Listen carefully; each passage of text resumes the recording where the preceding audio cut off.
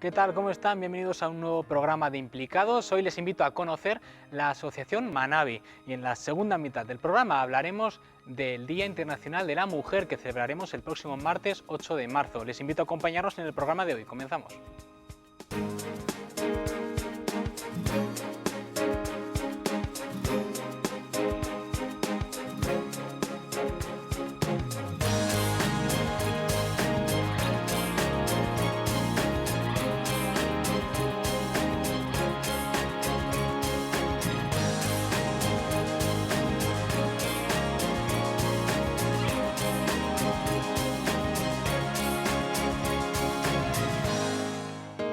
¿Qué tal? El pasado viernes la asociación Manabi presentó en la Casa de la Juventud en Pamplona su proyecto de voluntariado y hoy en Implicados queremos traerles a nuestra primera parte para que ustedes conozcan en qué consiste y qué es esta asociación. Por ello mismo en nuestro plató nos acompaña a mi izquierda Luis Padilla de esta asociación, gracias por estar aquí. A ti. Y a mi derecha nos acompaña también Iñaki Rey Bacaicua, también de Asociación Manabi. Gracias por venir. Gracias a vosotros. Bueno, gracias a los dos. Habrá personas que ya por las noticias, por los medios, se hayan enterado un poco de qué es Asociación Manabi, de vuestro proyecto voluntariado, pero es bueno que aquellas personas que no os conozcan, pues que sí, que lo hagan y lo hagan además a través de este programa. Bueno, antes que nada, ¿qué es Asociación Manabi y cómo surge? Porque lleváis ya 20 años. Bueno, habrá que decir primero que es el nombre de Manabí. Eso es. Manabí. Manabí es el nombre de una provincia ecuatoriana, una provincia pequeña en la costa de Ecuador, ¿no? ¿Por qué esta asociación? Pues nace allá por los años 90. La idea, la asociación como tal, ya legalmente constituida, es posterior, ¿no? Pero en aquel momento estábamos dos profesores de un colegio de Pamplona, el Colegio de la Compasión, con ganas de conocer pues otras realidades, ¿no? Y entonces decidimos ir a Ecuador, ¿no? Ni conocíamos Manabí, ¿no? Pero allá por circunstancias X aterrizamos en Manabí. Allá nos acogieron una gente que estaba entonces iniciando un proyecto con grupos de mujeres y nos ofrecieron quedarnos con ellos, ¿no? Nos sentimos a gusto, nos sentimos acogidos, vimos que la experiencia era interesante y decidimos volver otros años, ¿no? Y no solamente nosotros, sino más gente. De ahí ya creo que en el año 96, por ahí, se consolida lo que es el grupo Manabí, que es aquí en Navarra. Luego eso coge mayor proyección con compañeros y amigos desde Madrid y otros sitios, y ya en el año creo que es 2002 se constituye la Asociación Manabí, que Luis nos contará hasta dónde llega, ¿no? Que él es el que más conoce de esto. Luis. Bueno, como dice Iñaki, la primera experiencia es aquí en Pamplona y concretamente en el barrio de La Rochapea, donde se constituye el grupo Manabí con los profesores del Colegio de la Compasión, algunos padres, se organizan actividades para recaudar fondos después de la ida de Iñaki a Manabí, a Ecuador.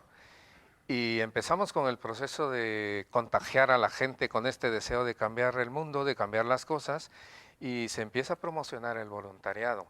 Esto nos lleva durante muchos años a enviar voluntarios, ya no solo de Navarra, sino de todas las provincias de España, porque la voz se va corriendo, ¿no?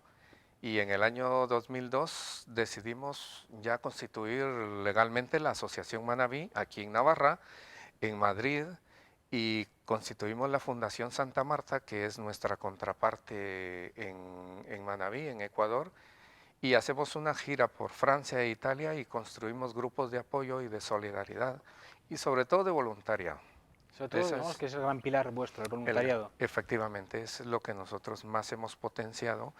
Esto es filosofía, ¿no? Es intentar cambiar las cosas a partir de una concienciación que surge de la vivencia de realidades distintas. Es decir, la gente en Europa tiene una realidad y la gente en aquellos países vive otra realidad, y ese intercambio es lo que para nosotros es lo que va a propiciar el cambio de ideas y de cómo se ve el mundo.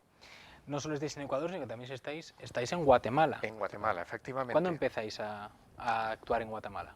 En Guatemala comenzamos a actuar en el año 2006, concretamente, yo soy guatemalteco, nos habíamos concentrado en Ecuador, pero había mucha demanda de la población que nos conoce en zonas donde hemos estado de voluntarios trabajando con la gente, y nos pedían, ¿cuándo nos vais a ayudar? ¿Cuándo vais a venir aquí? Que necesitamos que nos echéis la mano. Y decidimos ir allá, a la zona del Quiché, y empezamos a colaborar con la gente, así enviando voluntarios, personas que fueran a conocer, que fueran a participar y a identificar sobre todo acciones que condujeran al desarrollo que la gente está proponiendo. Nosotros no vamos a proponer los cambios, nosotros vamos a apoyar los cambios que la gente propone en sus comunidades y en sus Es muy localidades. importante, ¿no? Ese matiz de no somos los que vamos a cambiar la sociedad, sino, oye, vamos a propiciar que ellos, surja de ellos y que ellos sean los que propicien ese cambio, ¿no? Efectivamente. Honduras, o sea, Guatemala, perdón, Guatemala, Ecuador. ¿Qué proyectos ahora mismo tenéis en activo? ¿Con cuáles empezasteis y cómo fue este desarrollo hasta los proyectos actuales? Bueno, estaba diciendo Luis ahora una cosa muy interesante. Los proyectos no salen de aquí. Nosotros tuvimos la posibilidad de contactar con una gente que ya estaba trabajando en Manabí, gente de allá, ¿no? Que tenía sus proyectos, su realidad y que trata de hacer cambiar el mundo desde allá. Entonces nosotros vimos, esa es la filosofía que comentaba Luis, vimos la posibilidad de colaborar con ellos a ese cambio. Ofrecemos un voluntariado muy corto. Una persona quiere ir un mes y puede ir. No va con un proyecto, va a integrarse en un proyecto que ya se está realizando, ¿no? El proyecto está antes de que lleguemos, va a seguir después de que nos vayamos. Claro. Por lo tanto, no es qué proyectos tengamos nosotros, qué proyectos tienen ellos. ¿Por qué Ecuador?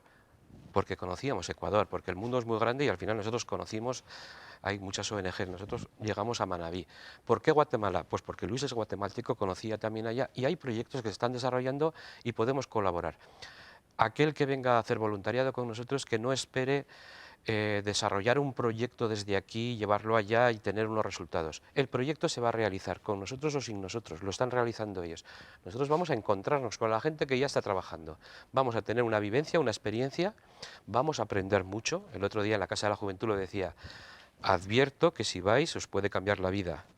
Es así, o sea, ese contacto cultural, de encuentro cultural entre dos culturas diferentes nos cambia también a nosotros. Nosotros no vamos a ayudar, nos ayudan más ellos a nosotros que nosotros a ellos, pero tenemos una experiencia muy bonita y muy rica. Comentas, además, es muy bueno este matiz porque a mí me interesa que la gente que vea el programa se anime y se apunte y implicado surge también este programa pues, con esa motivación, dar a conocer ONGs, dar a conocer asociaciones y que la gente pues, motive ese lado solidario. Es muy bueno esto que comentas de que la estancia es de un mes. Pues porque la gente pensará también en verano, en hacerlo durante los meses de vacaciones. Pero durante el año, ¿dais posibilidad de que ese voluntariado se alargue, que pueda ser más tiempo? Mi experiencia concreta, yo empecé un mes, luego he estado un año, cogí una excedencia de un año y he podido estar. Es decir, nosotros ofrecemos ese voluntariado que en pocos sitios se ofrece, la posibilidad de estar un mes, participar y volver, ¿no?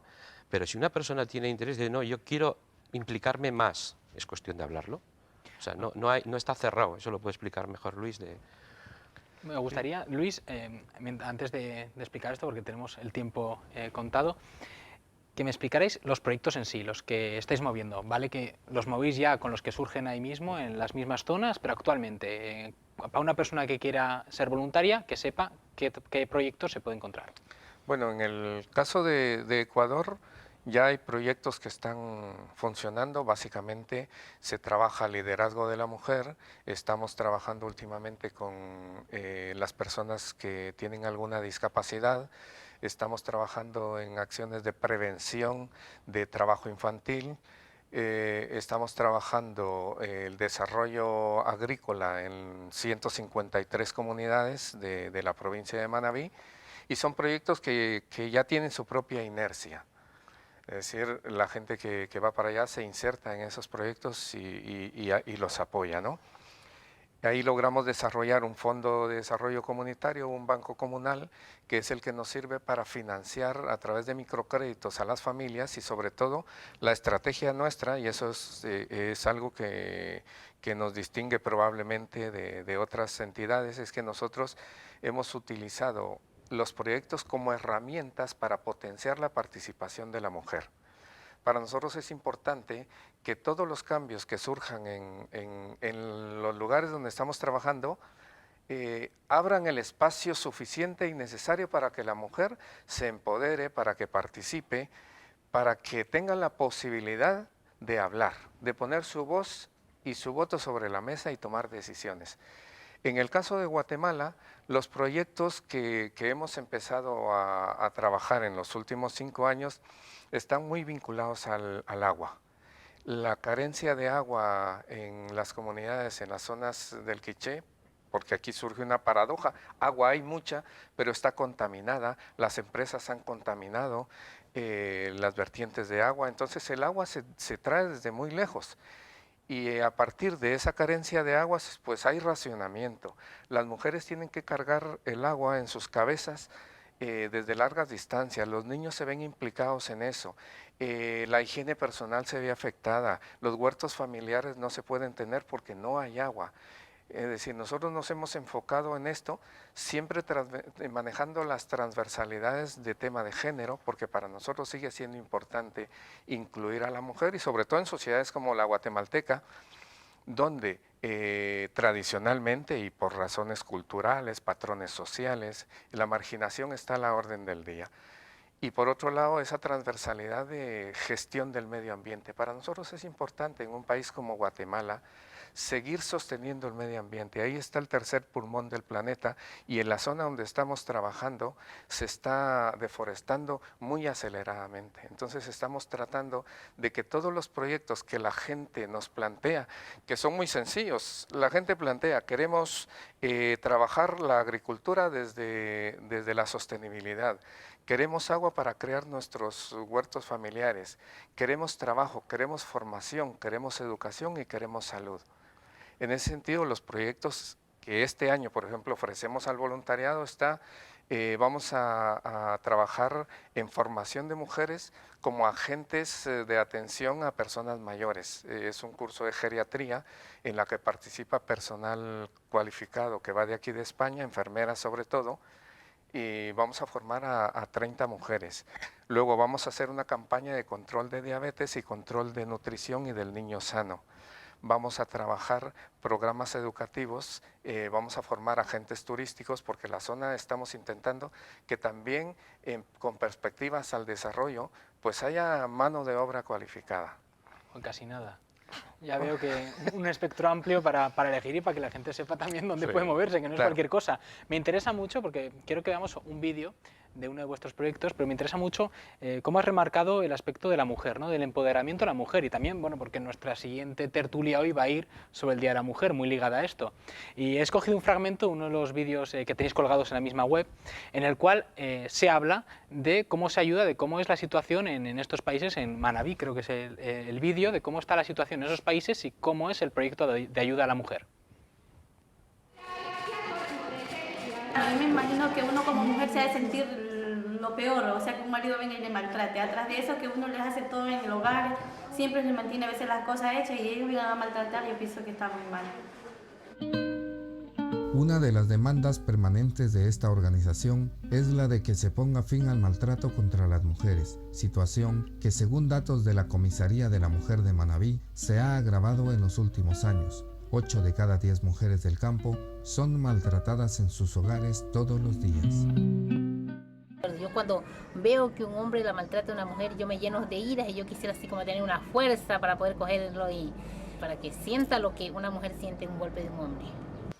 El maltrato de la mujer se ha venido viendo desde muchos años atrás y aún ahora todavía, y eso es lo que luchamos como organización, que termine el maltrato a la mujer, porque no solo es, el maltrato no solo es coger un garrote y darle, sino que también cuando ella tiene una idea de algo, que no se le ayude, que no se le dé las facilidades para que pueda desempeñarse como persona, como mujer. Las mujeres tenemos los mismos derechos de los hombres, aunque todavía no superado, porque hay hombres que todavía piensan que la mujer simplemente es para estar en la casa, atendiendo a sus niños, atendiéndolos a ellos cuando lleguen y creen que no somos capaces de realizar nada. Pero nosotros, superándonos, recibiendo talleres de capacitación como ahora estamos organizadas como mujeres, podemos salir adelante, podemos superarnos por nosotras mismas, darnos nuestro propio valor, ocupar nuestro propio puesto. También podemos ocupar el mismo espacio que ocupan los hombres. También podemos, qué sé yo, manejar una empresa si fuese necesario, atender nuestros propios negocios conforme los hacen los hombres. Somos más seguros. Sí, pues y tal vez podemos tener hasta más seguridad y somos hasta más económicas que los hombres, porque los hombres derrochan mucho. Bueno, pues y ese pequeño ejemplo, yo os quiero preguntar cómo en unos países, en un país donde realmente existe un patriarcado potente, existe pues una realidad pues muy machista, ¿cómo se logra esto? ¿Cómo se logra, bueno, pues esta fuerza que vemos que están cogiendo, que cogen las mujeres? ¿Cómo se logra ese trabajo? Bueno, yo me acuerdo de los primeros años una frase que pusimos y que nos ayudó a trabajar en muchos grupos, que era: el machismo empieza por M de mamá, ¿no? Entonces, claro, no era echar la culpa al otro, sino mirar hacia dentro de sí mismos, a nivel de hombres y mujeres, qué es lo que estamos haciendo que promueva todo esto. Entonces, yo me acuerdo que fuimos una vez a una comunidad pequeña, había una escuelita, había 18 alumnos, 14 eran niños y 4 eran niñas. Y entonces, con el grupo de la comunidad, dijimos: ¿y esto por qué? Y entonces los hombres decían: ¿para qué van a ir las niñas a la escuela si luego se van a educar y se van a quedar educando en las casas, ¿no? Y hicimos una reflexión con todo el grupo, mujeres y hombres, es decir, a ver, ¿quién va a educar a vuestros hijos? Las mujeres. ¿Y ellas no se tienen que educar? ¿No? Entonces, ¿cómo ir cambiando eso, pero desde la mentalidad, no juzgando, sino tiene que cambiar desde dentro, ¿no? Entonces, todo esto con ellos, siempre, ¿no? Entonces, claro, nosotros aprendimos mucho. Los que íbamos de aquí, empezamos a ver que hay cosas que nos chocaban y cosas que también a nosotros nos hicieron valorar lo nuestro, ¿no? Porque luego vuelves aquí. Muy importante lo que comentas, cosas que chocan, ¿no? ¿Qué es lo que más chocan en vuestros proyectos y por la experiencia de tantos años que tenéis a los voluntarios que suelen ir? ¿Qué es lo que más les choca, por lo general? Bueno, el principal choque es el cultural, costumbres, maneras de vivir, de comportarse. Es decir, ese es el primer choque, pero eso es, digamos, la parte más fácil de superar. Lo más difícil de superar es entender la pobreza. La situación de la mujer es algo con lo que el voluntario o la voluntaria que van para allá se encuentran, porque forma parte de la realidad social, de la realidad cultural. Pero lo que choca es la pobreza, porque es una pobreza que no termina de entenderse. Como países que tienen tanta riqueza, son países con mucha población pobre. Y esto choca tanto. Nosotros en el programa de voluntariado llevamos a las personas a los campos de trabajo de solidaridad, los ponemos en contacto con las familias, con las comunidades, pero también les enseñamos esa parte donde la riqueza y la opulencia está concentrada, para que el voluntario o la voluntaria entienda y de alguna manera explique ese choque, porque es lo primero que se plantean, ¿no? Es decir, no entiendo, aquí podría solucionarse todo tan fácilmente. Y se quedan con esa sensación y nosotros les advertimos, precisamente ese razonamiento o esa conclusión es la que promueve el cambio interno en las personas. La gente allá está haciendo el esfuerzo por sacar adelante o transformar esa realidad con sus propias formas, sus propios métodos, con una participación como la que se ve, ¿no? Y transformando esos pequeños elementos o esos pequeños factores que inciden en el comportamiento o la manera de ver la realidad de la propia sociedad local. Hay patrones que no se pueden romper de la noche a la mañana, sino que van a ser el producto de la transformación en el largo plazo. Lo que decía Iñaki, el machismo está escrito con M de mamá. Es decir, esto no significa que la mujer sea la culpable, porque el entorno es el que construye al niño y a la niña, ¿no? Y en ese sentido nosotros lo que le decimos al voluntario, esto es lo que hay que entender, la realidad. El machismo es el resultado también, desde mi punto de vista, de la pobreza. Claro. Me interesa sacar aquí una cuestión que me comentaba un amigo misionero que me decía: cada vez que alguien, un joven o un adulto, hace un voluntariado de verano, una experiencia, corre ese riesgo, primero, de hacerlo por sentirse mejor él, es decir, de utilizar a los pobres para sentirse realizado y decir qué bueno soy y volver a casa sintiéndose mejor. Y otro punto de vista que también me decía, corre el riesgo también de ir como salvador, de ir pensando que va a ayudar, que soy el que va a ayudar, no ponerse al nivel de quien está allá, digamos, al mismo nivel que él no llamaba pobre, llamaba que el hermano. Decía, no son los pobres, son hermanos que están en otra situación. ¿Cómo vosotros formáis a los voluntarios? ¿Cómo es la formación que dais a los voluntarios para conseguir un poco este espíritu? Pues mira, comentábamos Luis y yo antes en la sobremesa, después de comer, cómo hay gente que no ha aguantado esta forma de trabajar. Si yo voy a uno de estos países pensando que yo voy de Salvador, voy a encontrar un choque porque voy con la mente cerrada. Pienso que yo tengo soluciones para ellos y no las tengo. Si voy con la mente abierta, hay muchas cosas que me van a chocar.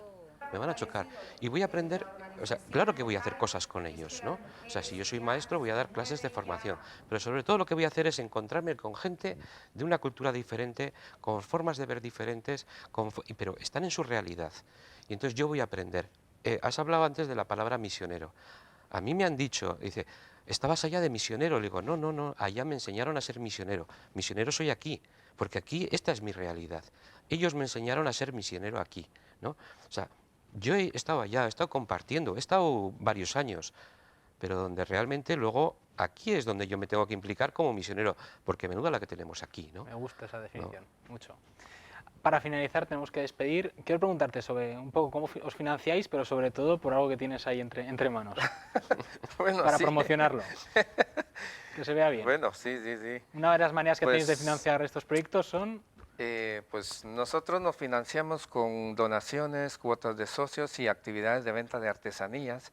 Y bueno, este es un libro que yo soy periodista, soy escritor, y este libro que habla sobre Guatemala, sobre la historia de una mujer española, una periodista española que va para allá, con la crisis económica que se nos vino en todo el mundo, no teníamos un centavo para financiar los proyectos.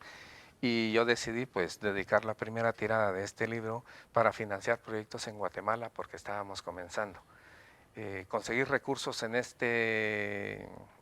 época de la vida es bastante difícil. ¿Sí? Afortunadamente hay gente que cree en nosotros. Nosotros le decimos al donante cuando nos plantea en qué puedo ayudar, mira, puedes donar, pero es importante que vayas y veas. Claro. Y que vayas y preguntes, que estés en contacto con la gente y veas dónde está el destino de los fondos que aportas. Eso a nosotros nos ayudó mucho, sobre todo aquí en Navarra, donde a nosotros la gente nos daba dinero en efectivo, toma, para los proyectos, para las mujeres. Y nosotros les decíamos, muchas gracias, pero también es importante que vayas y que los grupos que se han organizado deleguen a alguien para que vaya, investigue y sobre todo se cerciore de lo que estamos haciendo, porque para nosotros es importante no solo la transparencia, sino dar certeza a la persona que está contribuyendo, porque para nosotros es lo que nos da credibilidad y nos da seriedad. Bueno, vamos a recomendar también la página web asociacionmanavi.com, sale en pantalla, y como no el libro, Lo que quedó atrás, para todo aquel que le interese y quiere colaborar y quiere conocer este libro, también Lo que quedó atrás.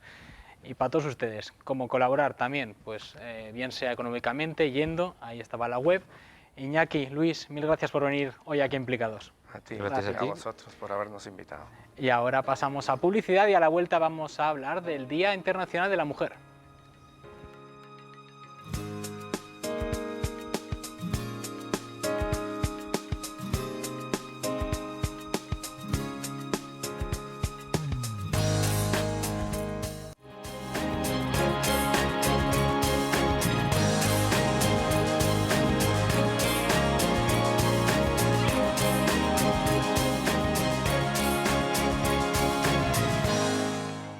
Continuamos en Implicados. El próximo martes, 8 de marzo, es el Día Internacional de la Mujer.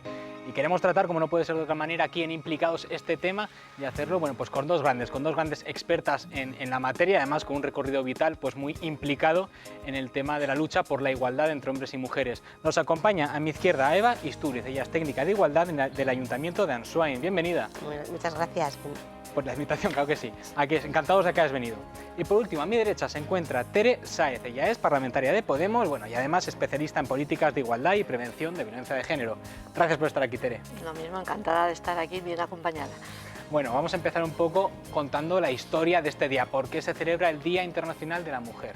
Cuéntanos un poco, Tere, ¿de dónde viene? Sí, bueno, ahí hay a veces unos pequeños rifirrafes históricos, pero sí que es cierto que hay una fecha clara, ¿no? Que es en 1908, que hay unas mujeres de fábricas textiles están reivindicando sus derechos. En aquellos años, podéis imaginar, la película Sufragistas, si la ha visto alguien se hace una idea de qué condiciones laborales había, estaban peleando por sus derechos laborales, ¿no? Entonces se encerraron dentro de la fábrica y la respuesta en este caso de aquel empresario, fue quemarlas vivas, ¿no?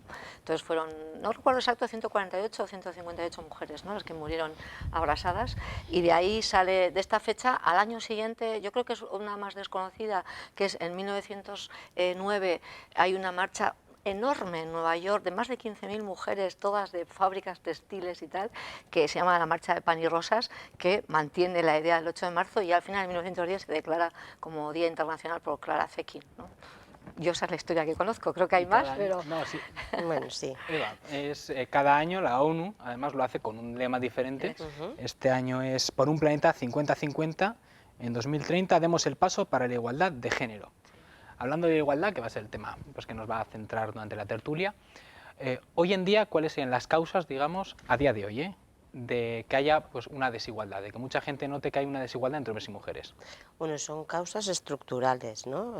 Luego no es algo individual, sino que es algo que afecta a la sociedad, porque hemos avanzado mucho, y eso es innegable, ¿no? El siglo XX es el siglo del acceso de las mujeres a los derechos, a la educación, ¿no?, al voto, a tener propiedad, ¿no? Hay muchos derechos que se consiguen, pero todavía quedan por superar muchas desigualdades y discriminaciones. Sigue la violencia hacia las mujeres, que no está reconocida desde Naciones Unidas, siguen las desigualdades en el empleo, cobramos menos, el desempleo, los últimos datos que han salido de desempleo ya hablan de que hay muchas más mujeres desempleadas que hombres. Cuando hablamos de esos 5 millones de personas, ¿no?, que rozamos los 5 millones que hay en desempleo, pues es que cuando miras, desagregas los datos por sexo, te da que más de 2 millones, pues no sé exactamente, creo que son 2.300.000, son mujeres y sin embargo hombres 1.800.000. O sea, hay una desigualdad en todas las cifras, en la brecha salarial, ¿no?, todas las cifras, incluso en las pensiones. La brecha salarial de las pensiones, las mujeres cobramos de media un 34% menos de pensión que los hombres. Entonces, y eso es algo globalizado, con diferencias, aquí, local, con diferencias Navarra, evidentes en Occidente y en los países, ¿no? Hay un sector del mundo donde hemos progresado mucho más y donde ha habido más cambios, ¿no?, y más acceso, pues porque ha habido una lucha, una organización, ¿no?, desde las mujeres y luego pues un apoyo después social, pero en todo el mundo es algo global que sigue habiendo desigualdades. Pueden ser mucho más dramáticas, ¿no?, en algunos sectores del mundo, y otras pueden ser pues menos dramáticas, pero siguen siendo discriminaciones, desigualdad. Somos la mitad de la población. Digamos que se arrastra parte de una herencia, digamos que sí que se está arreglando pues desde las instituciones, desde bueno, un poco también la conciencia social, pues vamos arreglando esta desigualdad. Pero me parece muy curioso porque Eva, comentas mucho el tema de la desigualdad laboral, sobre todo, ¿no?, que habrá otras que luego entraremos, sí. Pero desigualdad laboral. Quiero que veamos un vídeo, todas las semanas en Implicados, solemos salir a la calle y preguntar, bueno, pues a las personas qué opinan sobre los temas que comentamos. Y yo la pregunta es muy sencilla la que he hecho. ¿Cree usted que ya la igualdad entre hombres y mujeres la hemos conseguido? Y la respuesta va un poco por lo que dice Tere, sin que yo les hubiera dicho nada, ¿eh? Vamos a verlo. Hombre, son ciudadanas, votan. En principio, como ciudadanas, hay total igualdad. Bueno, es evidente que no hay una igualdad plena en cuanto parece ser que estadísticamente los sueldos de las mujeres son automáticamente, ligeramente o bastante inferiores a los de los hombres por el mismo trabajo. Pues bueno, bajo mi punto de vista creo que la igualdad se está alcanzando con todas las medidas que se están haciendo. La protección a la mujer y demás pues está muchísimo mejor que hace un año o hace 2. En mi caso también me ha tocado vivir pues cosas que no son agradables contar, ¿no? Pero bueno, que yo creo que la mujer cada vez se va integrando más en todos los panoramas, social, político, económico. Entonces yo creo que sí, se está dando esa protección que requerían para incorporar un poco esa igualdad que dices. Al final siempre es lo mismo, ¿no? La desigualdad viene pues desde el trabajo, desde tu casa, ¿no?, la educación. Creo que a los niños habría que educarlos mejor en ese ámbito. Y sobre todo lo que digo, estereotipos sociales. Es decir, la mujer no es menos ni nunca lo ha sido. O sea, hay que quitarse esa imagen de la cabeza, hay que quitársela a los pequeños y a la gente pues que defiende esa idea. Todavía falta bastante tiempo. Mucho sí, eso se ha logrado, pero todavía no. Pues supongo que no. Aunque en mi experiencia personal en el trabajo, el mundo profesional, yo no he asistido a diferencias salariales o de otro tipo, en mi caso particular, pero por lo que se oye parece ser que sí que las hay. O sea, a medida que las mujeres avanzan y consiguen puestos y dan el valor que tienen igual que los hombres, pues se romperán los muros. Pues yo creo que en todos los ámbitos no. Se ha adelantado mucho. Se ha adelantado mucho, pero yo creo que al igual, creo que no estamos todavía. Eso por supuesto. Ahí está muy diferente. O sea, que no hay derecho que en el mismo trabajo que una mujer gane menos que el hombre. Ahí sí. Por lo general, las respuestas coinciden en el tema del trabajo, la mayoría. ¿Dónde está el porqué, Tere? ¿Dónde está el porqué todavía hoy en día hay una brecha salarial en este tema? Cuando todos parece que estamos de acuerdo en que, oye, que no debería existir esta brecha salarial. ¿Y por qué sigue existiendo? Bueno, quizás es importante explicar bien efectivamente por qué, ¿no? Porque el otro día también lo comentábamos, no es tanto es decir que exactamente el mismo trabajo cobres de diferente manera, sino porque, como explicaba Eva, es decir, hay que analizarlo en un conjunto. Es decir, no podemos analizar el tema del trabajo sin entender cómo está dividida esta sociedad, que ha hecho una división sexual del trabajo, donde fundamentalmente ha dicho las mujeres están se encargan del cuidado y de las tareas, que no se paga, ¿verdad? Y el tipo de trabajos que acceden tienen mucho que ver también con este mundo, es decir, hostelería, cocina, cosas ligadas a mantenimiento de la vida, educación, sanidad, etcétera, ¿no? Y sin embargo, otro tipo de trabajos han sido mucho más masculinizados, casualmente donde se cobra más. Por ejemplo, en Navarra, la Volkswagen. La Volkswagen es una fábrica masculinizada, con muy poquísimas mujeres, ahora que va a tener un ingreso importante de contrataciones, es decir, en sus cabezas no se está pensando, oiga, hagamos que el 50% entre mujeres, digo, porque es una fábrica que se cobra de las mejores en Navarra todavía, entonces comparativamente con el sueldo que puedes tener de empleada en cualquier tienda o en una cocina de un bar, etcétera. Entonces, el hecho de ir, quiero decir que es importante darse cuenta... En el caso de Volkswagen, porque quizá una persona, pregunto, como... Sí. Me surge la pregunta, que está trabajando en montaje de coches, igual es algo que no es que sea de hombres, sino que se apuntan más hombres a esa puerta de trabajo. Porque eso es un estereotipo, ¿no? Es decir, tú además trabajas en la Volkswagen, ¿no? Pero yo trabajé 11 años en Volkswagen. Sí, digo, pero por terminar, eso en la es cadena un tema, en cadena montaje. Es que eso es un estereotipo, o sea, se puede o no se puede, eso sí que está en las cabezas, sí, y en por ese poder sentido... podemos, pero ¿quién...? Pero ahí habría que hacer, en ese caso de Volkswagen habría que hacer un doble trabajo, es decir, hacer comprender que también es un trabajo para nosotras, por lo tanto una campaña de sensibilización ciudadana para las mujeres también es para ti, es posible para ti, y luego un trabajo de obligación, diríamos, a que se haga una política de acción positiva diciendo, no, si va a haber 300 contratos, por poner un ejemplo, en este momento como mínimo 150 tienen que entrar de mujeres porque hay una diferencia terrible, y lo mismo que la Volkswagen se está planteando rejuvenecer su plantilla, es un criterio que ha utilizado para las nuevas contrataciones, debería de plantearse esa también, y ahí por ejemplo las instituciones tienen que ser muy firmes, decir, oiga ustedes, les vamos a apoyar, pero también hagan este tipo de cuestiones. Entonces, volviendo a lo que te comentaba, es decir, pero claro, cuando digo los cuidados no es solo por en qué trabajos estamos, sino también es decir, claro, como se nos adjudica mayor responsabilidad de cuidados y tal, ¿quién tiene los trabajos a tiempo parcial? ¿Quién? Vete a los datos, el 90% casi mujeres, poquísimos hombres, ¿no? Es decir, todo ese tipo de cuestiones hacen que al final, efectivamente, en el cómputo global, las mujeres ganemos mucho menos. En Navarra es un dato altísimo, o sea, 8.500 euros menos al año en cómputo total. Es decir, que eso quiere decir, como decía el otro día, que a mí me encantó la cifra, a partir del 23 de octubre deberíamos dejar de trabajar las mujeres, porque se nos paga menos, por lo tanto, quiero decir que el tema no es solo, por ejemplo, en las instituciones también, ¿no? O sea, decir, parece mentira, pero un ayuntamiento también hace discriminaciones. ¿Por qué? No lo hace claramente, pero si tú, por ejemplo, no valoras de la misma manera a la hora de los sueldos trabajos que podían ser muy parecidos, ese ejemplo también lo ha comentado algunas veces Eva y es muy interesante, ¿no? Es decir, si yo servicios múltiples que en definitiva hacen cuidado del entorno, ¿no? Que si los bancos, los árboles, lo que fuera, lo pago a tanto y sin embargo lo que tiene que ver con las cuidadoras, las trabajadoras familiares, lo pago mucho menos y también es cuidado, ¿por qué lo valoro de diferente manera a la hora de pagar el sueldo? Ahí estoy haciendo brecha salarial. Con todo ese tipo de cuestiones es donde hacemos la brecha salarial. Y más, ¿no? Pero bueno. Eva, bueno, me parece interesante el dato de que también trabajaste con la cadena de montaje de Volkswagen. Sí, de los 11 años, unos años estuve en la cadena, sí. Es muy importante también por lo que comentabas, no hacer esa diferencia por trabajos entre hombre y mujer. Hay una cuestión que quiero, que tenemos el tiempo que tenemos y quiero que en la medida posible saquemos todos los temas. Comentaba un chico el vídeo estereotipos, que hay que vencer muchos estereotipos. ¿Cuáles serían, Eva, estos estereotipos que hoy en día todavía tenemos que Pues batir? un ejemplo de estereotipo es precisamente relacionar que los trabajos con una industria y con una cadena de montaje tienen que ver con los hombres, ¿no? Son trabajos masculinos, porque afortunadamente también se ha evolucionado mucho a la hora del trabajo y no se trabaja en las cadenas como se trabajaba hace muchos años. Entonces, y hay una ley de riesgos laborales que impide que tú te expongas a hacer unos esfuerzos, cosa que antes no existían esas protecciones, ¿no?, hacia las personas que trabajan en las cadenas. Entonces, existen herramientas.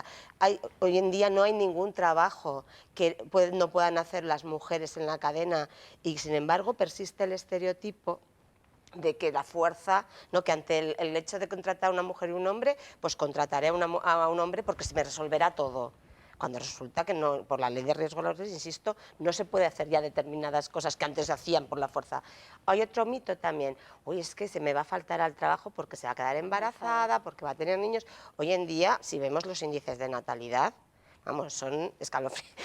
Están por los suelos, sí. Están por los suelos, todo el mundo coincide en eso y, sin embargo, se piensa que una mujer, generalmente 1, 2, puede ser 3 veces en la vida y, sin embargo, los hombres, está demostrado que con las prácticas deportivas, por ejemplo, de fin de semana, el trofeo Boscos, que en lo que es Pamplona y comarca mueve a montones de hombres todos los domingos que van a jugar al fútbol, producen lesiones. Entonces, a nadie se le ocurre decir, no, vamos a contratar a los hombres porque se nos van a, como juegan al fútbol, van a...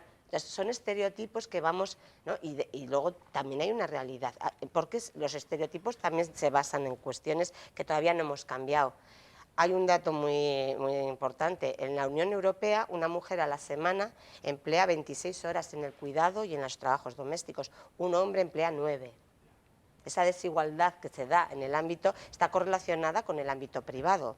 Las mujeres nos hemos incorporado al ámbito público, pero sin embargo los hombres no se han incorporado de la misma manera al privado. Entonces se perduran los estereotipos y aunque, por ejemplo, cuando por ejemplo ves un partido de fútbol femenino, siempre está en casa, siempre que yo tengo chicos les encanta el fútbol, es que las tías no juegan como... A ver, es que las mujeres acabamos de llegar al fútbol ayer. Bueno, poco a poco eso se va incluyendo, ¿eh? Pero digo, hay videojuegos, el nuevo FIFA, ponemos un poco friki, nuevo videojuego FIFA, ¿sabéis? Sí, que ha incluido el fútbol femenino ya en... ¿Cuántas versiones hay del FIFA masculino? FIFA 16, el de este año. Ha metido el fútbol femenino. Hombre, digo, pero poco a poco se hacen avances. Es un dato, oye, es que antes no se hacía. Lo bueno es eso, que si hay avances, podemos seguir avanzando. Si siempre lo digo, si yo me pongo contenta. Primero porque soy mujer y creo que la mitad de la población tiene que tener, ¿no? Por eso trabajamos en esto. Pero aparte, es que si se avanza, si hay hombres que cambian, el resto también puede. Si las mujeres cambiamos, también el resto. Yo creo... Al final es cosa de los hombres, de las mujeres, de los dos. Claro, es que este es un tema importante, ¿no? Y claro que el cambio se produce en las mujeres, tiene que producir en los hombres también, porque el avanzar en igualdad no es un problema de mujeres, es un tema general que una sociedad debe ver lo positivo que tiene de incorporar a hombres y mujeres en todo, en el trabajo, en su vida diaria, en todo. ¿Por qué digo esto? Porque comentaba Eva, ¿no?, en los datos de todavía las mujeres dedican tantísimas horas al tema del cuidado, además de trabajar fuera de casa, etcétera, y los hombres muy poquito. Esto es un tema muy importante en estos momentos y a mí me parece un avance importante para el avance en la igualdad, es decir, cómo hacemos que los hombres cada vez sean más corresponsables en la materia del cuidado, o sea, es decir, de cuidado de niños, en general en casa y personas mayores, es decir, lo que significa atender el cuidado, porque además el cuidado cuando se vive como una carga es duro, pero cuando se hace corresponsable desde el punto de vista del disfrute también de todas las personas, creo que es fundamental la entrada de los hombres en esto. Ahí, por ejemplo, bueno, nosotros en el Parlamento, por ejemplo, el día 17 vamos a hacer una de las charlas de sensibilización, va a ser precisamente la paternidad corresponsable. ¿Qué significa en este momento? Porque aquí hay que avanzar, es decir, hay que plantearse que esto, es decir, debemos de trabajar todas las personas dentro y fuera. O sea, y en ese sentido poder todo el mundo tener horas para todo, ¿no?, para disfrutar y tal. Porque además lo que no hacemos ahora, antes cuando comentabas, luego tiene repercusiones muchas en el futuro y no nos damos cuenta. Luego decimos, uy, las mujeres mayores en general son más pobres, las mujeres mayores de 45 años no son contratadas y entran más en la pobreza. Claro, es que todo tiene consecuencias de estas edades también, es decir, si yo no accedo ahora en igualdad de condiciones, ¿qué ocurre? Es decir, que luego tengo unas pensiones que son bajísimas, ¿no?, y sigo siendo la feminización de la pobreza. De mayor soy más pobre, lo soy ahora, lo soy después. Con 45 años ya una mujer entra en el estereotipo de que ya no sirve. Que por cierto quiero aprovechar para recomendar una obra de teatro que hay magnífica en Navarra con este tema, del tema de las mujeres paradas de 45 años, que lo protagonizan mujeres de verdad paradas, que es magnífica, que es Viaje de invierno. ¿Dónde se puede ver? Bueno, se estrenó en el Gallarre, pero ahora se está llevando a muchos sitios. Vale. De verdad que merece la pena como sensibilización. Viaje de invierno. Viaje de invierno. Viaje de invierno. Ha salido antes, comentabas que en el caso, por poner el ejemplo de Volkswagen, como podías poner en instituciones públicas, tú dirías, si se contratan a 300, que sean 150 mujeres. Pero yo ahí te puedo decir, vamos a ver, si se contratan, si se dicen 150 tienen que ser mujeres, no es eso, digamos, una cierta discriminación. No discriminación hacia la mujer, me refiero hacia aquellas personas que igual son más válidas para el trabajo, independientemente de si sean mujeres y hombres. Suponte tú que 200 son mujeres y 100 hombres, oye, fantástico porque se lo han merecido. O al revés. Hacer esta separación de, digamos, la mitad para unos, la mitad para otros, no puede ser contraproducente para el trabajo. Yo he dicho el ejemplo de 150 por decir, lo he dicho por decir algo, no me refiero exactamente al 50%, sino de que sí que te tienes que plantear que si tú tienes una carencia, en este caso tú ves que no hay mujeres entrando en una fábrica concreta o en un tipo productivo concreto, que tienes que hacer lo que se llama acción positiva, que es facilitar que entren, o sea, que entren en igualdad de condiciones que el resto. El problema es que si no entran es por un estereotipo, no por otra cosa. Eso es lo que hay que hacer. Lo mismo que si te estás preocupando, como te decía, que entren personas jóvenes. Vas a hacer algo para que entren, ¿no? Vas a facilitar que entren aquellas de 25 años, es decir, vas a priorizarlas. En este caso también, ¿por qué? Porque queremos que la brecha salarial, bueno, primero por justicia, porque no tiene sentido que unos puedan estar en un sitio y otras en otro, ¿no? Todo el mundo puede estar en todos los sitios y bueno, ahí yo creo que sería buenísimo empezar a hacer cosas como currículums donde no se vea ni la foto ni el nombre, los apellidos me da igual sí, pero el nombre no, es decir, que no te den pistas de si contrato a un hombre o una mujer. ¿Por qué? Porque nos funcionan enseguida el estereotipo, decir, para esto es mejor un hombre, para esto es mejor una mujer. Todo ese tipo de cuestiones tenemos que ir cambiando, pero yo te decía, desde las instituciones yo creo que sí que hay que ser firmes en cuanto a pedir, es decir, que todo lo que tenga, por ejemplo, dinero público, tenga criterios de igualdad, es decir, y de igualdad no hay que decir al 50%, pero que realmente considere que si hay espacios y lugares donde las mujeres no están, en este caso, haga porque estén. Lo mismo que a la inversa. Yo quiero que haya hombres cuidadores, quiero que haya hombres en los 0-3 años, quiero que haya hombres en las residencias de personas mayores, es decir, que sean referentes también del cuidado. Volviendo un poco al tema que nos trata, que es en general el tema de la igualdad, me interesa mucho la educación. La educación desde pequeños, y comentaba este chico también que hablaba en el vídeo, que oye, desde pequeños hay que educar en este sentido. ¿Cómo se educa? Es decir, los colegios hoy en día, ¿cómo se educa? La educación hoy en día, ¿educa para la igualdad? Estás negando con la cabeza, Eva, ¿por qué no educa con la igualdad? Pues porque para poder educar en igualdad existe un sistema educativo que se llama coeducación. Generalmente lo que se hace en las aulas es, no digo yo que no se haga nada, sí que se hacen programas que generalmente se colocan en las horas de tutoría o van, ¿no? o de repente ¿no? una institución oferta al colegio trabajar con personal externo que vaya a tratar alguna cuestión generalmente relacionada con la prevención de violencia porque hay una mayor alarma social, ¿no? En la hora de las relaciones entre chicas y chicos y con el tema de la violencia de género, pero no se hace un planteamiento integral de coeducación. La coeducación es un sistema educativo que lo que hace es colocar en todo el currículum, lo coloca la igualdad. ¿Cómo? En todo el currículum, digamos, en todas las asignaturas. Por ejemplo, matemáticas. Yo cuando siempre pongo el ejemplo, porque nadie se imagina que en historia sí, ¿no? En historia dices, bueno, es verdad, la historia sí ha invisibilizado a las mujeres, no hay referentes. Yo, de hecho, soy licenciada en historia y jamás he conocido a Louis de Gouges, que fue una pieza fundamental de la Revolución Francesa. Realzar, digamos, a las mujeres en la historia que tienen un papel importante. Recalcarlas, pero es que en matemáticas el profesorado también tiene sus estereotipos. Y entonces cuando elabora, por ejemplo, los problemas, siempre Sara tiene cromos y Pedro tiene coches. Estamos transmitiendo también, ¿no? estereotipos a través de los problemas de matemáticas, porque los ejemplos que ponemos siguen reforzando que las chicas se dedican a unas cosas y los chicos a otras. Entonces, en el uso del lenguaje en el aula, por ejemplo, yo cuando antes de ser técnica de igualdad en el ayuntamiento, he dado he ido a las aulas como profesional a impartir talleres. Y es que yo entiendo, yo no estoy juzgando porque yo creo que el profesor hace lo que puede, o sea, y que le vamos muchas cosas, porque como es la población cautiva, no se puede escapar, pues vamos muchas cosas. Yo no estoy juzgando eso, pero sí que es cierto, yo misma en el aula que iba a hacer los programas que iba, no podía evitar dedicarle mucha más atención a los chicos que a las chicas. ¿Por qué? Porque los chicos están socializados en la actividad. A un niño cuando es pequeño, si no se mueve es raro, y si se sube a un árbol, uy mira, y tal. En cambio las niñas siempre se nos socializa en otros juegos, en juegos más, no te manches, no vayas aquí, en el patio del colegio, el fútbol ocupa todo el espacio, las chicas juegan, hay una serie de cosas que están mandando mensajes que hacen que, claro, una cancha de fútbol es diferente a, digamos, yo me estoy acordando de mi infancia, ¿vale? Y las chicas pues juegan a la comba. Sí. Y eso no ocupa el mismo espacio una que esquinita, una... ¿no? Claro, una esquina, en un sitio, vaya, pequeñito. También había chicas que jugaban a fútbol, eso sí, también. Pero pocas. Pero digamos que también es por el tema del juego que estás claro, haciendo. Pero tú imagínate el imaginario que es ese. Sí. O sea, tú llegas, ves el patio, ves la hora del recreo y ves todo el fútbol en el centro y encima con cuidado de ponerse cerca porque el balonazo, ¿no? Entonces también hay un imaginario ahí de lo que es importante, ¿no? Porque somos un país de fútbol, en otros sitios será, ¿no? Pero yo lo que voy es que en el aula los chicos se mueven mucho más, preguntan mucho más, se atreven a preguntar más. Sin embargo, las chicas también somos más trabajadoras, porque tenemos que demostrar más, hemos llegado, ahora somos más en la universidad, o sea, pero los estereotipos están más. Entonces, claro, el profesorado los transmite, las familias también, y ahora antes se socializaban las criaturas en la escuela y en casa, y ahora, sin embargo, hay todo un mundo con las nuevas tecnologías que están influyendo y realmente los valores que está transmitiendo en general tampoco son. Los videojuegos son muy violentos, sí, los videoclips de las canciones son muy sexistas.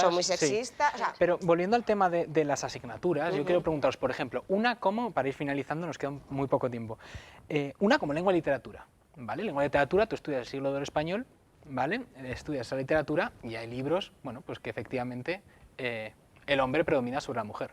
Claro. ¿Qué hacemos con eso? Bueno, pues en lengua y literatura también rescatar, esa literatura. Sí, pero literatura tú puedes rescatar absolutamente a un montón de mujeres literatas que, como ha dicho Eva, han sido desconocidas, o sea, muchísimas, ¿no? Es decir, que han sido estupendas y que no han estado en la historia tampoco de la literatura. Entonces, ese es el esfuerzo, ¿no? Es decir, porque lo que no se nombra no existe. Y es muy importante, tanto de ahí la importancia del lenguaje, de que sea inclusivo, que se incluya a hombres y mujeres, también incorporar todo lo que las mujeres han realizado en la historia, porque lo han hecho en todos los aspectos de la vida. Ha sido ignorado, no ha existido, no había mujeres literatas, no había mujeres matemáticas, no había mujeres científicas, no es cierto, ha habido, y muy importante, lo que tienes que hacer es incorporar y enseñar esa parte en igualdad. Yo creo que esto... No está reñido con enseñar ese tipo de literatura si se complementa con... No, lo que decía Eva, es decir, incorporarlo de manera, diríamos, integral, es decir, vamos a verlo todo, ha habido todo, ¿no? Porque eso te da una mirada mucho más rica, ¿no?, de la sociedad, de hombres y mujeres, todo lo que han aportado. ¿Me dejas decir una cosa sola? Sí, ya que porque a mí, como se conoce poco, me apetecía comentarlo este 8 de marzo también, ¿no? El tema de, estamos diciendo, cobramos menos, somos mucho más pobres cuando pasamos los años, al revés que los hombres, por cierto, y encima pagamos más, porque la mayoría de la gente no conoce lo que es la tasa rosa, ¿no?, que es una cosa que solo por el hecho de que haya productos destinados para hombres o mujeres valen mucho más dinero si son para mujeres que para hombres. Desde colonias hechas con la misma composición, pero por ser valen mucho más que las vuestras. Por ejemplo, un corte de pelo. Tú vas a una peluquería y pone corte de hombre 9 euros, por poner un ejemplo. Corte de mujer 30. Si no voy a cortar lo mismo, porque me van a cobrar diferente. Es decir, ¿por qué ya también incluso existen, si cobramos menos, pagamos más? Esto es muy injusto. Me encanta, esto es muy injusto. Ese ejemplo me gusta esto mucho. Esto es muy injusto. Te voy a traer otro día, Tere, aquí Implicados para que hablemos justo de ese. Sí, porque además la metimos en el Parlamento y se aprobó. Muy curioso. Oye, tenemos que despedir. Una línea. ¿Cómo veis el futuro en ese tema? Yo muy esperanzador, pero siempre entendiendo que el feminismo es fundamental. Ese titular. Eva. Pues yo comparto con Tere lo que ha dicho, ¿no? Esperanzador, sobre yo todo. Creo que el vaso hay que verlo medio lleno porque todavía falta por llenar, pero hemos llenado mucho, vivimos mucho mejor que nuestro. Yo siempre me miro para atrás y que mi abuela, que mi madre vivo mejor y espero que mis hijos, que son chicos, vivan mejor en igualdad. Pues vamos a quedarnos también con esa idea y que sobre todo con esa palabra que ha dicho Tere, esperanzador. Gracias Tere, Eva, mil gracias por venir implicados, por hablar de este tema. Y a todos ustedes esperamos la semana que viene aquí con nuevos temas. Pasen una feliz semana.